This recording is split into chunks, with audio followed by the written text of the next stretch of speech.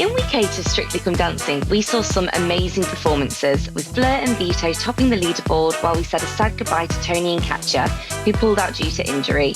We sat down with James and Ola to talk all about it. Thank you so much for joining us today. Lovely to see you both. You too. Let's start with the biggest one. Tony withdrew on injury. What do you guys think? Do you think it's legit? Do you think he just was pulling a football injury? What do you reckon? It's really hard to say, isn't it? It's hard to judge people. I have to take it as being true. I mean, they both actually, when they were standing there, when they were called into the bottom two, they both looked devastated, like really, really shocked and gutted. And obviously then he withdrew. I mean, to be honest with you, he knew he wasn't going to win anyway. I know that's not what it's all about, but if he's saying he had an injury, I don't know. I just think we have to believe him, right?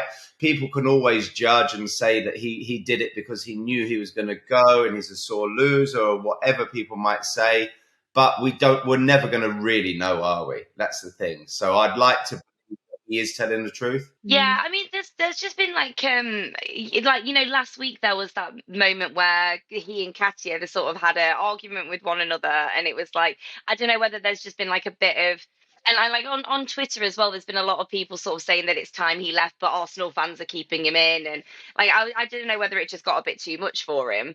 Yeah, maybe, but I mean, on that side of it, I mean, there's always every year there's people saying that the ones which, in my opinion, are sometimes more entertaining, but maybe aren't as good dancers, stay in the competition.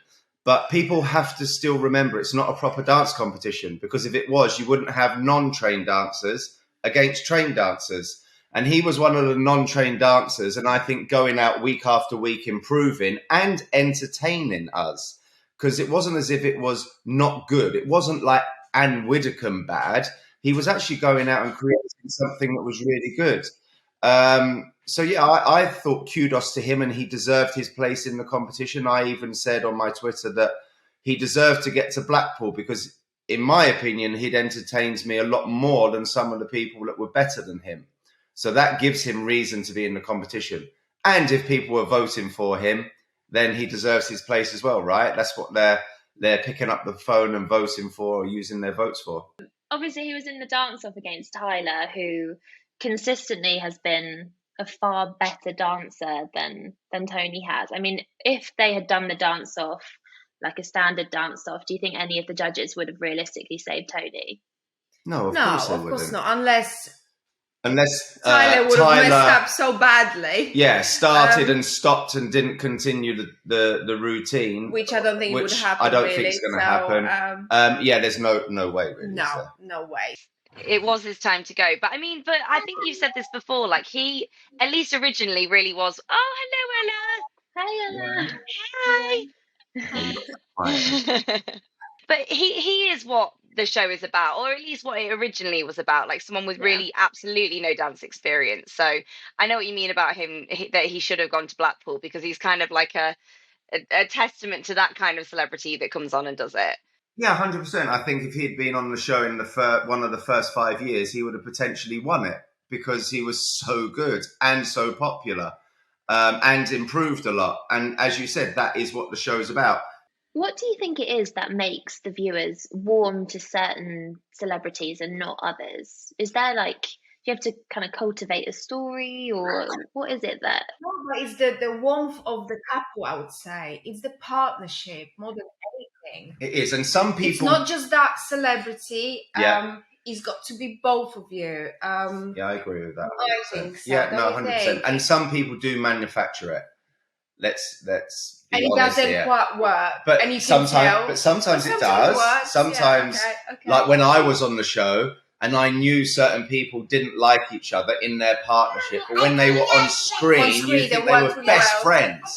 I think it is the warmth. Like when you watch Hamza and Uvita together, you can see the warmth. But then again, you can see like with Tyler and Diane, but they ended up in the bottom two. I was shocked they were in the bottom two, actually. For them. But on the other hand side of the leaderboard, we've had Fleur. So she's been in the bottom two a couple of times, but this week she topped the leaderboard. Do you think she's done enough to turn her look around with the viewers as well? I hope so. because I've always liked Fleur, but I've had to be honest week after week and say I've not enjoyed her dancing. I've not enjoyed watching her routines. I find it too hard, too edgy, too aggressive. There was no softness and subtlety in her dancing. And I've been saying it for weeks and weeks and weeks. She has the potential to be unbelievable. And this week she showed it in a really difficult dance as well. Do you think maybe the pressure was on for the celebrities this week? Because next week's Blackpool. It's the first time that Strictly's gone to Blackpool in 2 years. So it's kind of this big anticipated thing that everyone wants to get to. Do you think maybe that's why a lot of the celebrities stepped up their game? Honestly, no. I know they make this massive thing about Blackpool, and it is amazing to get there. And to be honest with you, it's a bit of faff going to Blackpool and Yeah, everything, training whole week and it's going up there on amazing. Thursday. I mean, it's amazing once you're there because it feels like you're in like this arena in the Tower Ballroom and the sprung floor, and we have lots of memories there and everything. It's just a bit of a faff going to Blackpool. That's what we always found. Like, you've got to go there on Thursday, it's cold, you've got to wrap up warm, and it's a bit of a faff. Yeah, it was because you got less training as well. I always remember going, Blackpool week, you've only got like 3 days instead of 4 because you need a day traveling. Thursday. It was...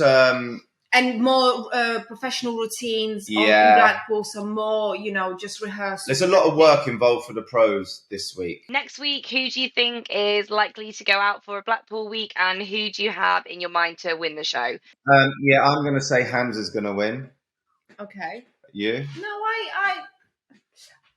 I would agree with that. Of course you do, because I'm always right. So you've heard it here first at Hello. Hamza's going to win the show.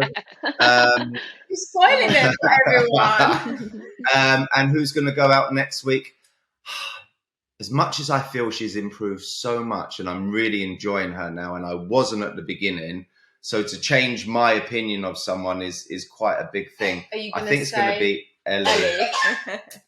I think maybe it's her time. Yeah, but then I would say maybe Kim. Yeah, possibly, actually. It all depends what dances they're going to get, and how they perform on the night. But, yeah. I predict Ellie. You predict Ellie. Yeah, I think she's had a lot of good dances that have suited her, the Charlestons and the things like that. So I think she's now going to struggle because there's not so many, let's say, easier dances that you can get into character easily to pick from. So I'd say Ellie. But she's been brilliant. Oh, we'll see. You're going to say that? If you just want to... Bye, Ella. Bye. Thank you so much for joining our Strictly Insider. Don't forget to like and subscribe, and we will see you next week. Bye.